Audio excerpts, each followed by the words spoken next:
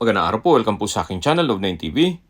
Nandito po tayo ngayon sa Silang Cavite kung saan meron po tayong bagong video presentation. Isang commercial property na may lot area na 3,000 square meters. Ito po titulado, buhay po ang may-ari, kaya wala po kayong magiging problema sa documentation o sa transfer ng title. Patag na patag po ang lupa, kaya usable po lahat. Napakatahimik po ng lugar, sariwang hangin, at malamig po ang klima. Ito po ay nasa mataas na lugar. Ang estimated elevation above sea level ay 1,455 feet. May access na rin po dito sa area ng tubig, kuryente at internet provider. Binebenta po ito ni owner sa halagang 7,000 pesos per square meter.